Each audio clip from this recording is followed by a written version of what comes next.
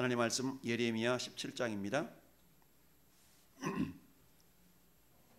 예레미야 17장 5절에서 8절 우리 한 목소리로 합독하시겠습니다.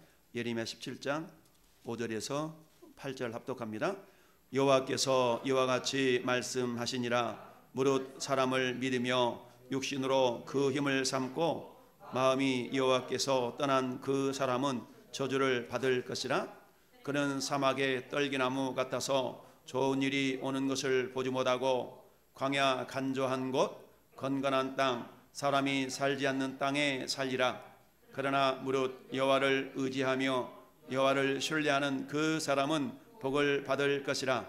그는 물가에 심어진 나무가 그 뿌리를 강변에 뻗치고 더위가 올지라도 두려워하지 아니하며 그 입이 청청하며 가무는 해에도 걱정이 없고 아니함과 같으니라. 아멘. 할렐루야.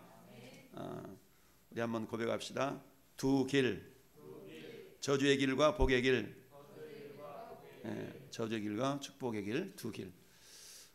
하나님께서 저나 여러분들에게 복의 길을 걷기를 원하십니다. 길이라는 것은 내가 이 길로 갈까 저 길로 갈까, 아무리 하나님 우리에게 생명길을 축복의 길을 열어놓으셨다 할지라도 내가 그 길을 선택해서 걸어가지 않는다면 그 길 끝에 준비해 놓으신 하나님의 놀라운 축복들을 우리가 받아 누릴 수가 없는 것을 우리는 알아야 됩니다. 여러분, 우리가 잘 아는 것처럼 하나님은 모세를 통하여서 모세 오경을 기록하게 하셨죠. 창세기, 출애굽기, 레위기, 민수기, 신명기. 자, 그 가운데 레위기서는 법이잖아요. 법전이죠. 일종의 법을 중심으로 해서 창세기, 출애굽기가 기록되어졌고 민수기, 신명기가 기록되어졌죠. 우리 아는 것처럼 민수기라는 것은 이스라엘 백성들이 광야 40년 동안 어떻게 하나님께서 이끌어 오셨는가에 대한 그 40년의 역사를 기록한 성경이 민수기서입니다. 그 가운데 신명기서는 뭐예요? 40년의 역사 가운데 특별히 마지막 40번째 진을 쳤던 모압 평지에서 모세를 통해 하나님이 세 편의 설교를 이렇게 하게 되시죠.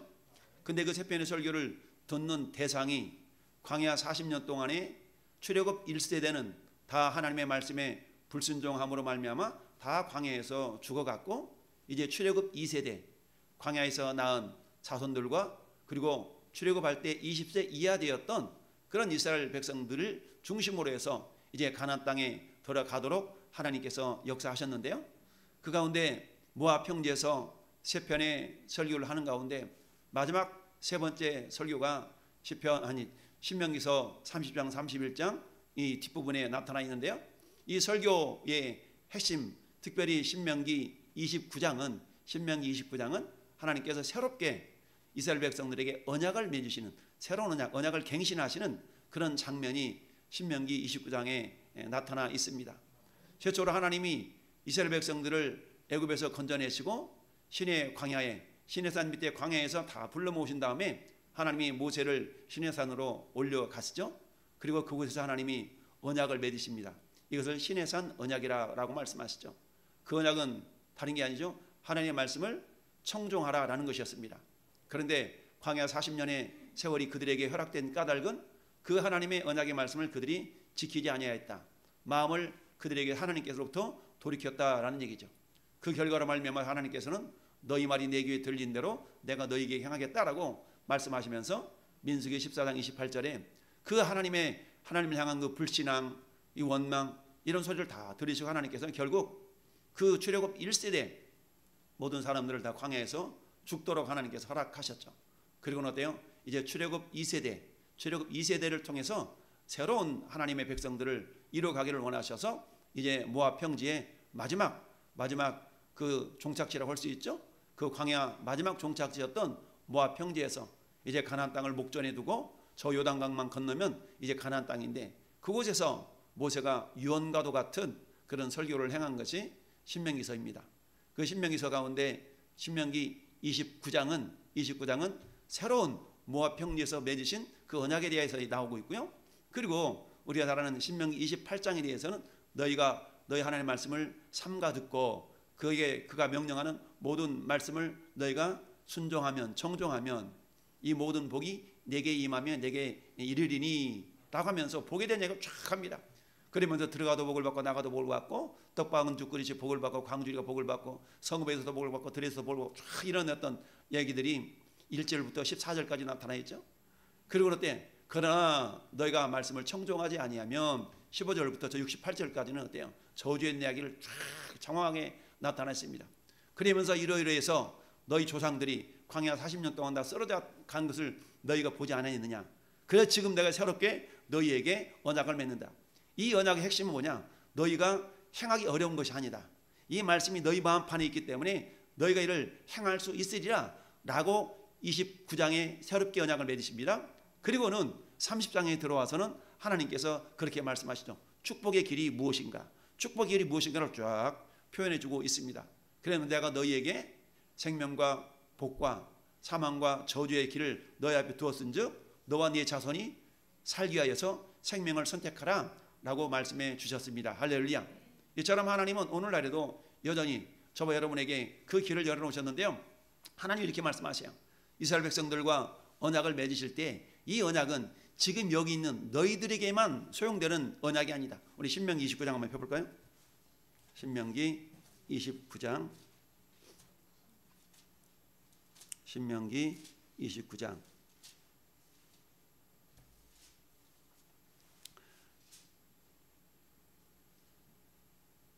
자 13절 우리 14절 15절 13, 14, 15절 세 절을 같이 한번 우리 합독합니다. 여호와께서 내게 말씀하신 대로 또 내 조상 아브라함과 이삭과 야곱에게 맹세하신 대로 오늘 너를 세워 자기 백성을 삼으시고 그는 친히 내 하나님이 되시려 함이니라. 내가 이 언약과 맹세를 너희에게만 세우는 것이 아니라 오늘 우리 하나님 여호와 앞에서 우리와 함께 여기 있는 자와 오늘 우리와 함께 여기 있지 아니하는 자들에게까지니. 아멘. 할렐루야. 자, 모압 평지에서 하나님이 지금 남아있는 출애굽 2세대 이스라엘 백성들과 언약을 맺으시면서 하시는 말씀이 이 언약은 오늘 여기 있는 너희들에게만은 하는 게 아니다. 여기 있지 아니하는 사람들. 그 의미는 뭐냐? 오고 오는 세대 가운데 하나님 언약 안으로 들어올 수 있는, 즉 멀리서는 예수 그리스도를 구주 삼고 하나님의 자녀가 된 모든 사람들에게도 이 언약이 유효하다라고 말씀을 하고 계시는 겁니다. 따라서 이 시간 예배하는 저와 여러분들에게도 이 언약은 그대로 유효하다는 것을 우리는 알아야 됩니다. 그 언약의 핵심은 뭡니까? 언약의 핵심은 하나님의 말씀을 청종하라라는 얘기죠. 자, 29장 1절 한번 같이 보십시다. 1절. 호렙에서 이스라엘 자손과 세우신 언약 외에 여호와께서 모세에게 명령하여 모압 땅에서 그들과 세우신 언약의 말씀은 이러하니라. 아멘. 하나님께서 호렙산 즉 시내산에서 출애굽 1세대들과 함께 언약을 맺으셨는데 그 언약을 맺힌 결과 이스라엘 백성들이 하나님의 말씀을 온전하게 신뢰하지 않았어요. 그것을 하나님 속상해서 이렇게 표현해요. 어떻게 표현하느냐? 4절 같이 한번 우리 한번 읽어볼까요? 4절. 그러나 깨닫는 마음과 보는 눈과 듣는 귀는 오늘까지 여호와께서 너희에게 주지 아니하셨느니라. 아멘. 깨닫는 마음, 보는 눈, 듣는 귀, 오늘까지 여호와께서 너희에게 주지 아니하셨다. 하나님께서 너무 속상해가지고 광야에서 40년 동안 죽어갔던 출애굽 1세대 그들을 바라보면서 왜 그들이 그렇게 죽어갔는가? 그것은 다른 게 아니고 깨닫는 마음과 보는 눈과 듣는 귀가 그들에게 주어지지 않았다라고 역설적으로 표현하는 겁니다. 주었음에도 불구하고 그들은 어때요? 마음으로 주님께로부터 돌아섰고 그들의 눈은 돌이켰고 그들의 듣는 귀는 오히려 귀를 닫았기 때문에 그렇다라는 역설적인 표현을 하고 계시는 겁니다. 그렇다면 오늘 이 시대에 오늘 말씀의 제목 두 길, 저주의 길과 복의 길, 축복의 길에 대해서 오늘 성경은 말씀하고 있습니다. 여러분, 이 출애굽은 언제 일어났습니까? 주전 1444년경에 일어났습니다. 그러니까 주전 1446년에 출애굽이 되어졌어요. 거기다가 광야 40년이 흘러가야 되니까 광야 40년을 이렇게 빼야 돼요? 더 해야 돼요? 빼면 몇 년인가요? 1400년경 되죠? 1400년경 이제 모압 평지에 들어서 있는 겁니다. 그러면 오늘 우리가 함께 읽으면 다시 예레미야로 돌아와 가지고, 자, 예레미야서가 기록된 시대적인 배경이 언제라고 그러냐면, 시대적인 배경이, 자, 1장으로 다시 봅시다. 우리는 더 잘 잊어먹으니까 예레미야 1장으로 돌아와 보면 시대적인 배경이 잘 기록이 되어져 있습니다. 자, 1장 1절부터 3절까지 보면, 베냐민 땅 아나돗 제사장 중 hil기야의 아들 예레미야의 말이라. 아몬의 아들 유다 왕 요시야가 다스린 지 13년에 여호와의 말씀이 예레미야에게 임하였고, 어느 왕 때? 요시야 왕 때. 그때부터 나타나서 요시야 아들 유다 왕 요야김 시대로부터 요시야의 아들 유다의 왕 시드기야 11년 말까지. 시드기야 11년 말은 남쪽 유다가 멸망한 주전 586년경입니다. 까지 곧 5월에 예루살렘 사로잡히기까지 임하였다. 그러니 이 예레미야 선지자가 사역했던 기간이 꽤 길죠. 그래서 여호야김부터 여호야긴 시드기야 이 왕까지는 22년 23년 정도 되거든요. 그러니까 요시야 왕이 다스린 지 13년에 요시야 왕은 31년 동안 통치했어요. 근데 13년에 말씀이 임했기 때문에 요시야 왕 이후로부터 통치 기간이 4명의 왕이 몇 년을 하냐면 총 22년, 약 23년 동안 통치를 해요. 그러니까 23년에다가 13년의 말씀이 임했으니까 약 18년 정도. 그러니까 18 더하기 23 하면은 몇 년이에요? 그렇죠. 예레미야 선지자는 40년 동안 사역을 한 거예요. 굉장히 오랜 기간 동안 사역을 했죠. 자, 그러면 이때가 주전 627년에서 586년 경이니까, 그러면 주전 1400년에서 우리 길게 580년으로 삼으면 600년으로 삼아볼까요? 600년 삼으면 약 몇 년 터울이 있어요? 1400에서 600년이면 600 더하기 800이야 1400이 나오죠. 그러니까 한 800년 터울이 있는 겁니다. 하나님은 모세를 통해서 언약을 맺으신 지 800년이 지난 예레미야 선지자를 통해서 동일한 말씀을 하고 있는 것을 우리는 볼 수가 있어요. 그것은 뭐예요? 오늘 축복과 저주의 길이 있다는 거죠. 하나님은 이미 모세를 통해서 시내산 언약을 맺으셨고 1440년경에 모압 평지에서 또 언약을 맺으시면서 그 언약의 핵심이 뭡니까? 축복과 저주의 길이 너희한테 있다. 너희와 네 자손이 살기 위하여서 생명을 택하라. 이 언약은 여기에 있는 너희들에게만 유효한 것이 아니라 여기 있지 아니하는 너희 후손들에게도 동일하게 적용된다라고 말씀을 하는 것을 봅니다. 그렇다면 이 시간 예배하고 있는 저나 여러분들에게도 그 축복의 길과 저주의 길이 우리 앞에 놓여져 있다는 사실을 우리는 인정하고 나가야 됩니다. 자, 그러면 오늘 본문 우리가 네 절을 읽어봤는데요.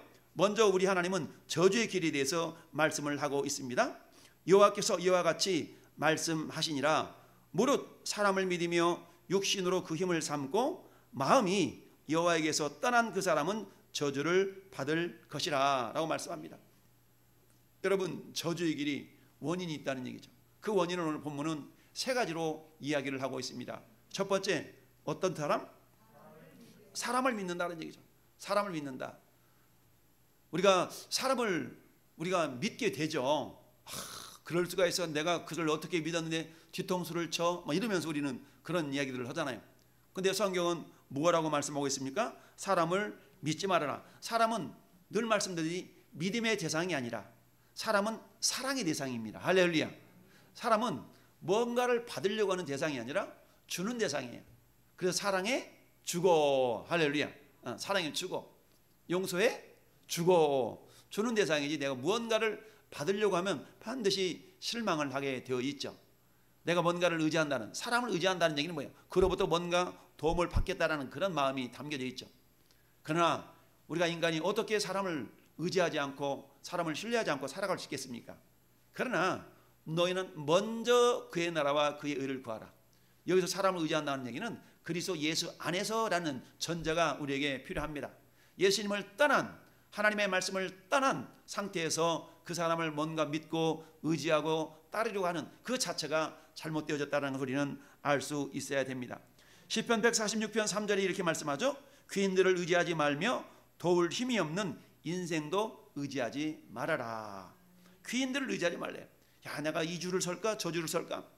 여러분, 요즘 두 민주당하고 국민의힘 두 정당 대통령 후보들이 이제 선택이 되어졌고, 그리고 내가 이 사람을 쫓아가야 되나 저 사람을 쫓아가야 되나, 그야말로 간 보는 사람들이 엄청 많지 않습니까? 오늘은 국민의힘에다 원서를 냈다가 내일은 저 민주당으로 가가지고 이렇게 선택하는 그런 사람들도 많이 있어요. 그런 정치인들을 우리 철새 정치인이라고 얘기했는데, 나이나 많이 들은 사람들이 그러면 얼마나 그러려니 하겠지만 아주 파릇파릇한 젊은 사람들이 그런 모습들을 이렇게 보여주는 것 같아서 좀 한편으로는 안타깝다라는 생각을 하는데, 그렇지 않습니까? 사람을 의지하는 거죠. 내가 이 사람의 줄을 서면 내 미래가 좀 있겠고, 이를테면 이런 어떤 줄을 대며 줄을 서는 그런 모습들을 우리가 살펴볼 수가 있는데요. 그러나 성경은 뭐라고 말씀하고 있습니까? 무릇 사람을 믿으며, 사람은 믿음의 대상이 아니다 라고 성경은 말씀하고 있습니다. 그의 호흡이 끊어지면, 호흡이 끊어진다는 건 뭐예요? 권세, 권능 이런 것이 끊어지면, 여러분 윤석열이 됐든 이재명이 됐든 둘 중에 한 사람은 떨어질 거 아니겠어요? 그럼 어때? 그 사람이 떨어져 그때는 아이고 내가 이쪽으로 갈 걸, 그런 사람들이 껄껄거리는 사람들이 많이 있지 않겠습니까? 그의 호흡이 끊어지면 그날의 그의 생각이 소멸하리로다. 잔뜩이나 기대에 부풀었던 그들의 생각이 다 없어지게 된다는 것은 성경이 말씀하고 있습니다. 야, 그러면서 무릇 사람을 믿는 자, 사람을 믿는 자, 사람을 믿으며, 그러니까 사람을 믿지 말라는 얘기죠. 할렐루야. 그렇다고 해서 의심하며 불신하며 살아라는 얘기가 아니라, 여러분 사람을 사랑의 대상으로 알고 같이 협력하며 동역하는 대상으로 할 때 그 사람에 대해서 우리가 크게 실망과 낙심하지 아니할 수가 있다라는 얘기죠. 그래서 어때요? 우리가 저주의 길을 걷지 않을 수 있는 비결은 사람을 막 신뢰하고 막 그런 어떤 도구, 그런 대상으로 삼지 말라라는 얘기입니다. 두 번째는 뭐 하지 말아라? 육신으로 그 힘을 삼지 말아라. 육신으로 그 힘을 삼는 사람, 육신으로 힘을 삼는 사람, 뭐니 해도 그래 내 힘, 내 지식, 내 경험, 내가 하는 사람들, 내가 이래봬도 내 학식이, 내 경험이, 내 배경이 그러면서 나를 주장하는 사람, 여기에 대해서 우리가 사단이, 천사장 루시엘이 사단이 된 그 계기를 우리는 잘 알고 있어요. 내가 하나님의 별 위에 내 보좌를 세우리라. 내가 하다가 결국 어떻게 돼요? 땅에 떨어져 묻 조롱거리가 된 그 존재가 천사장 루시엘이 떨어져서 사단이 된 거 아니겠습니까? 육신으로 그 힘을 삼는 자, 육신으로 그 힘을 삼는 자. 여러분 역대하 32장을 보면 그 시대에 히스기야 왕 시대를 이야기하고 있는데요. 자, 히스기야 왕 시대 때에 나타나 있던 역사적인 사건을 우리는 꼭 기억하라 그랬죠. 히스기야 왕 때 있었던 역사적인 사건, 장로님 뭐예요? 히스기야 왕 때 있었던 역사적인 사건은 북쪽 이스라엘이 아수르라는 나라에게 멸망을 당했다. 할렐루야. 이 역사적인 사건을 우리가 늘 기억하고 있어야 된다. 그러니까 북쪽 아수르가 북쪽 이스라엘을 멸망시켰고 남쪽 유다마저도 멸망을 시키려고 계속 예루살렘을 침공해 들어오는 그 시대에 왕이 히스기야 왕이었어요. 그러니 히스기야 왕이 너무 힘들고 어려웠는데 그러나 히스기야 왕 홀로 두지 아니하시고 그때 하나님께서는 선지자를 세우셨는데 그 선지자가 이사야 선지자예요. 그래서 히스기야 왕 시대 때에 이사야 선지자와 같이 협력했던 겁니다. 아수르가 남쪽 유다마저도 멸망시키려고 쳐들어왔을 때에 하나님은 히스기야 선지자를 통해서 이사야 선지자를 통해 히스기야 왕을 위로합니다. 그 위로 메시지를 듣고 히스기야 왕이 백성들에게 이렇게 이야기를 합니다. 역대하 32장 8절에 그와 함께하는 자는 육신의 팔이요. 아수르 군대를 말하는 거예요. 아수르 군대, 특별히 아수르 왕 사네립이 육신의 팔이요 우리와 함께 하시는 이는 우리 하나님 여호와시라. 따라서 반드시 우리를 도우시고 우리를 대신하여 싸우시리라. 근데 아무리 이런 말이 들려줘도 믿음으로 받아야 되잖아요. 그런데 백성들이 뭐라고 그랬냐면 하매 백성이 유다왕 히스기야의 말로 말미암아 따라합시다. 안심하니라. 말을 듣고 맞아 그러자고 안심할 수 있다는 얘기는 믿음이 들어갔다는 얘기거든요. 마찬가지예요. 오늘날 우리가 무엇으로 우리 마음이 평안하고 우리 마음이 안심할 수 있겠습니까?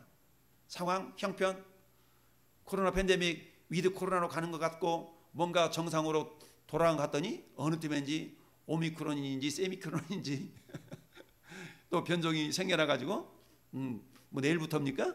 저렇게 또 뭐 6명 이상 8명 이상 모이지 말라고 이런 지침이 내려지고 이렇게 거꾸로 가는 그런 어떤 모습을 보이다 보니까 아닌가 보네 라고 하면서 사람들의 마음 가운데 여러 가지 어려움이 있다는 얘기죠. 그러나 그럼에도 불구하고 변치 않는 진리는 하나님의 말씀입니다. 할렐루야. 변치 않는 하나님의 말씀이에요. 육신으로 그 힘을 삼으면 안 된다는 얘기죠. 육신으로 그 힘을 삼지 말라라는 얘기입니다. 그래서 특별히 남쪽 유다가 멸망에 갈 그 즈음에 예레미야 선지자가 사역했던 그 즈음에 이스라엘 백성들은 남쪽 유다 백성들은 어땠어요? 예레미야는 한결같이 너희가 저 바벨론에게 항복하고 그들을 따라가라. 그럼 너희가 평안히 다시 돌아올 때가 있다 라고 말씀하고 있는데, 그러나 많은 그 시대의 거짓 선지자들은 어때요? 왜 우리가 바벨론으로 가냐? 저 애굽을 의지해야 된다. 저 애굽과 같이 짝을 해야 된다 라고 하면서 애굽으로 가자고 애굽으로 같이 또 도망가는 그런 일들이 있었죠. 그러자 하나님께서는 뭐라고 말씀하시냐면 이렇게 말씀하셔요.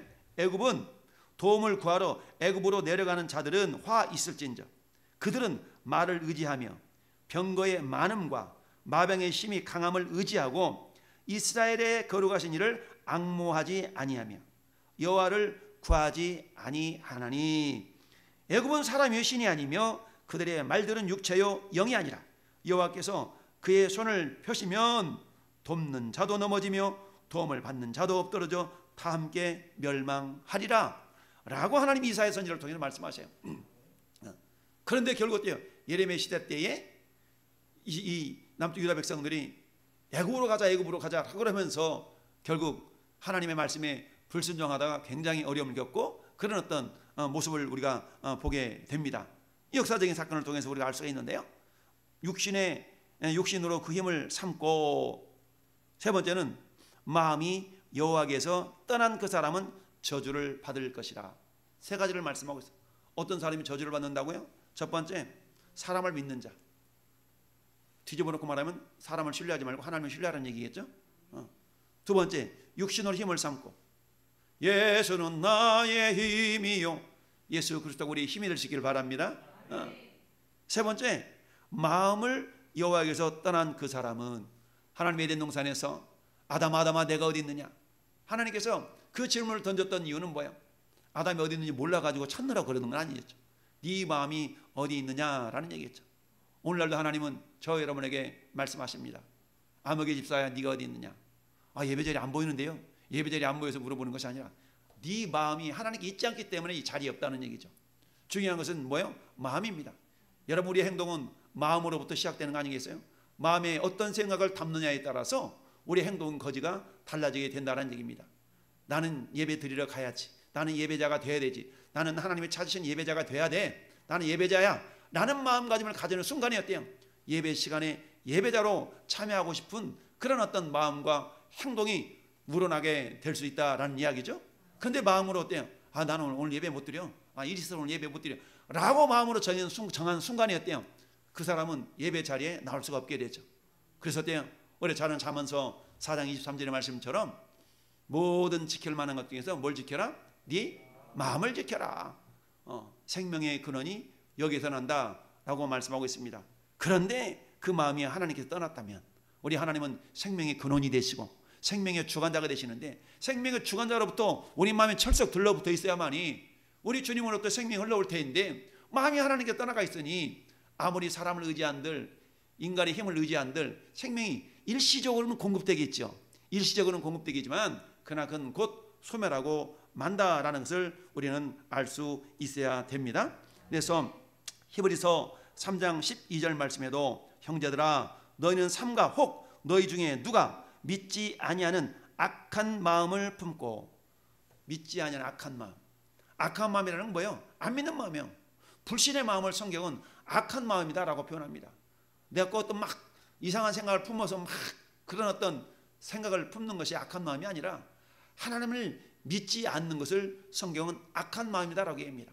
그러면 악한 마음을 품으면 어떤 일이 발생해요? 악한 마음을 품고 살아계신 하나님에게서 떨어질까 조심하라라고 해요.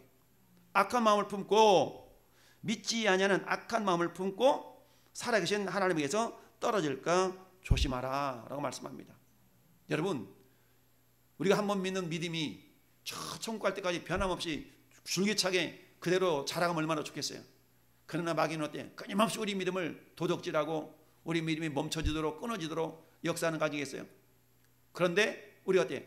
끼어서 하나님을 신뢰한다 그러면 오늘 이와 같은 저주의 길을 벗어나서 축복의 길은 뭐냐? 이처럼 저주받은 사람은 어떤 삶의 열매가 맺혀져요? 6절 말씀에 그는 사막의 떨기나무 같아서 좋은 일 오는 것을 보지 못하고. 사막의 떨기나무, 여러분 사막에서 떨기나무가 있은들 사막에 얼마나 비가 내리겠어요?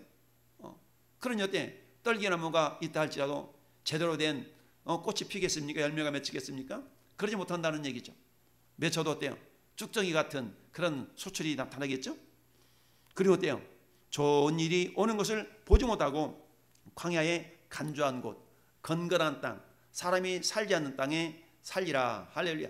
사람이 살지 않는 땅에 살면 어떻게 되겠어요? 살지 못하고 일시적인 생명만 보존할 수밖에 없는 그런 인생의 연약함이 있게 되는 거 아니겠습니까? 그것은 마치 뭐예요? 여기 앞에 있는 꽃꽂이와 같은 인생이 된다는 얘기입니다. 여러분 꽃꽂이는 보기에는 화려하고 아름답지만 저건 어때요? 시간이 지나가면 어때요? 저건 쓰레기통으로 갈 수밖에 없는 그런 어떤 일시적인 한계가 있는 그런 어떤 물건이 아니겠습니까? 어떤 자가 그렇다고요? 사람을 믿으며 육신의 힘을 의지하고 마음이 하나님에서 떠난 자. 할렐루야. 그럼 이 반대로 하면 되겠죠. 사람을 믿는 대신에 하나님을 신뢰하고. 할렐루야. 예수로 우리 힘을 삼고. 할렐루야. 늘 마음이 주님께 고정되어 있는 사람. 오 주여 나의 마음이 주께로 뭐해졌으니? 정해졌으니 나는 주 찬양하리라. 할렐루야. 오 주여 나의 마음이 주께로 정해졌으니. 할렐루야. 우리 마음이 주님께로 이렇게 정해지는 그런 저와 여러분 될 수 있기를 바랍니다. 자, 그러나 7절 말씀에 그러나 무릇 여호와를 의지하며 여호와를 의뢰하는 그 사람은 복을 받을 것이라. 할렐루야. 이 반면에 하나님을 의지한다. 하나님을 의리한다. 하나님을 의지하고 하나님을 의뢰한다라는 그 개념에는 크게 세 가지를 우리가 확인해 볼 수가 있는데요. 첫 번째, 다시 우리 신명기 30장으로 돌아갑시다. 신명기 30장으로 돌아가서 창세기 주력 이레기 민수기 신명기 30장으로 돌아가서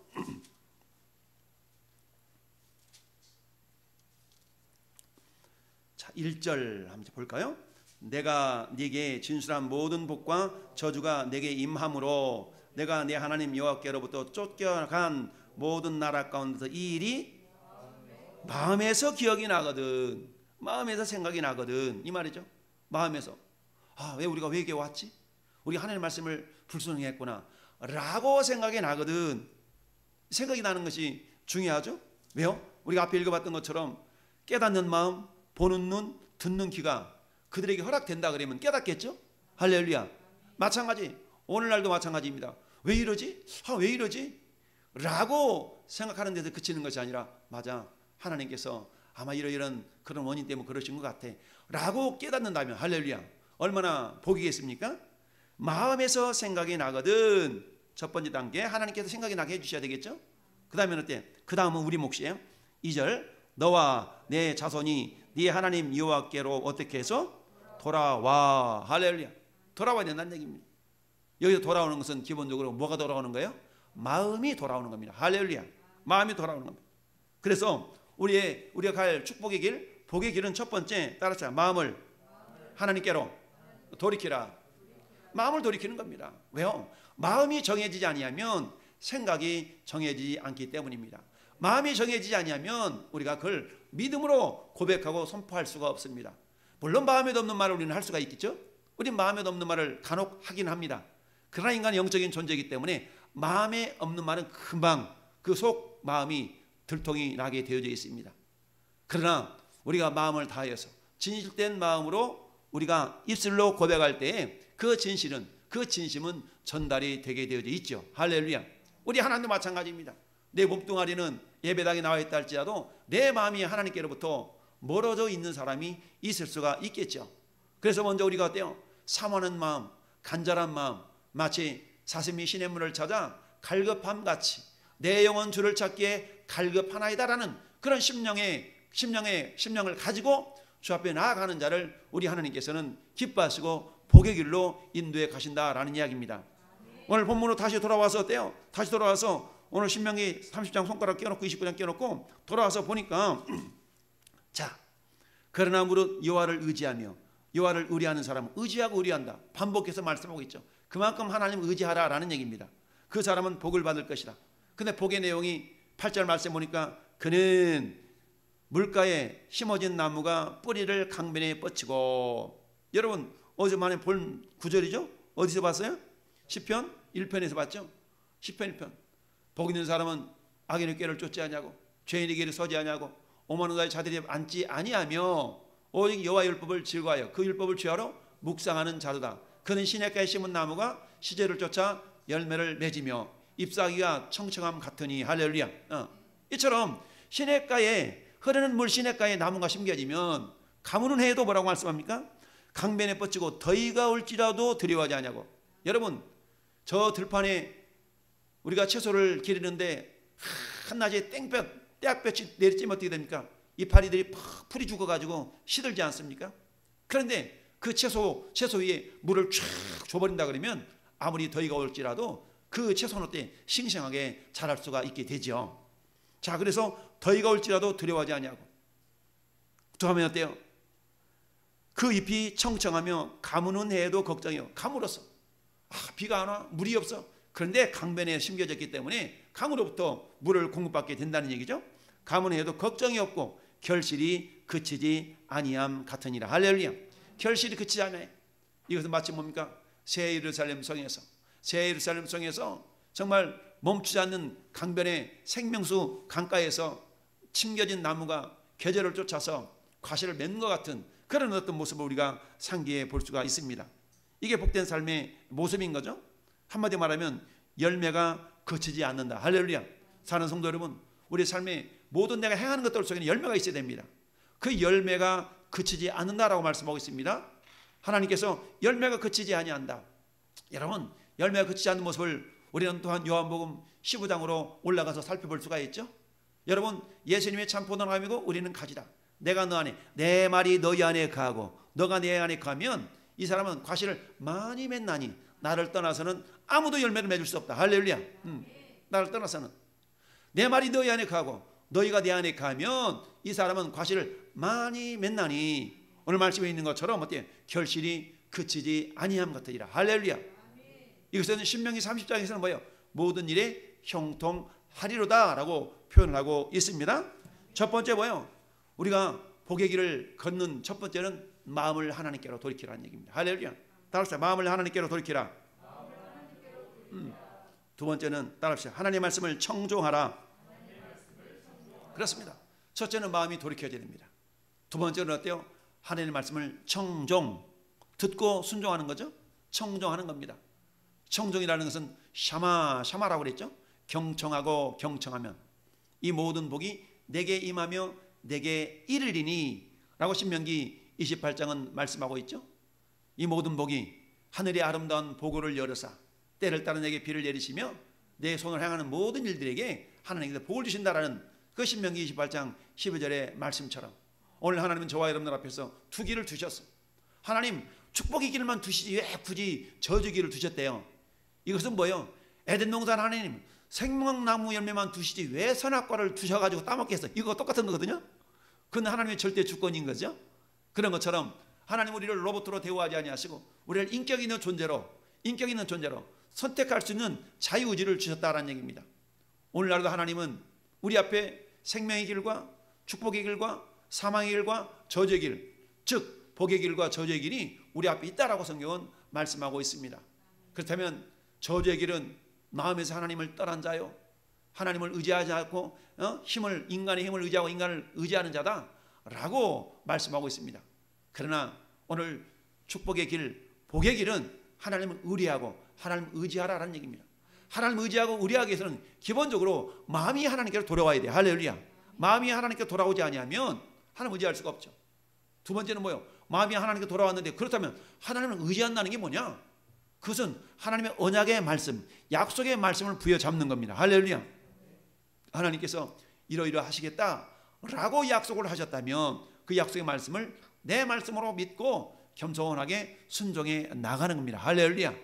이럴 때에 하나님께서는 오늘 약속의 말씀처럼 가뭄은 해에도 더운 날씨에도 그 열매가 멈추지 않는 그런 수확의 은혜를 우리에게 안겨주시겠다라고 말씀하고 있습니다. 물가에 심어진 나무 같을 것이라. 더위와 가뭄에도 두려워하지 않고 결실이 그치지 않는다. 할렐루야. 이와 같은 은혜가, 이와 같은 복이 저와 여러분 가운데 임하기를 예수님의 이름으로 축원을 드립니다. 우리 이제 2021년 얼마 남지 않는 이 기간 동안에 분명히 하나님은 우리 앞에 생명의 길과 사망의 길, 복의 길과 저주의 길이 있다는 것을 우리에게 깨우쳐 주시면서 하나님 우리가 모든 사람의 구원을 받으며 진리를 아는데 이르기를 원하신다. 하나님 우리가 복받기를 원하시고 강건하기를 원하시고 평안하기를 원하십니다. 할렐루야. 그러나 하나님의 원하신 그 하나님의 마음을 우리가 온전하게 받아들이지 못한다면 오늘 아까 신명기에서 본 것처럼 우리 주님이 깨닫는 마음을 안 주신다 그러면, 깨닫는 마음을 주시지 않는다면, 보이는 눈을 주지 않는다 그러면, 듣는 귀를 열어주지 않는다면, 할렐루야. 우리 이사야 선지자는 학자들 같이 알아들을 수 있는 길을 달라고 기도했고 그 길에 대해서 감사했다는 것을 우리는 알 수가 있습니다. 이 밤 우리 같이 한번 합심하게 기도할 때 하나님 깨닫는 마음을 달라고, 보는 눈이 열려지게 해달라고, 깨닫는 귀, 들을 수 있는 귀가 열리게 해달라고 이 시간 한번 같이 기도하시고, 하나님 내 매 순간 선택하는 모든 것들이 결국 하나님 생명의 길이요 축복의 길이 될 수 있도록 성령이요 우리 마음을 지켜달라고 우리 같이 한번 주님 한번 다시 부르고 같이 기도하겠습니다. 주여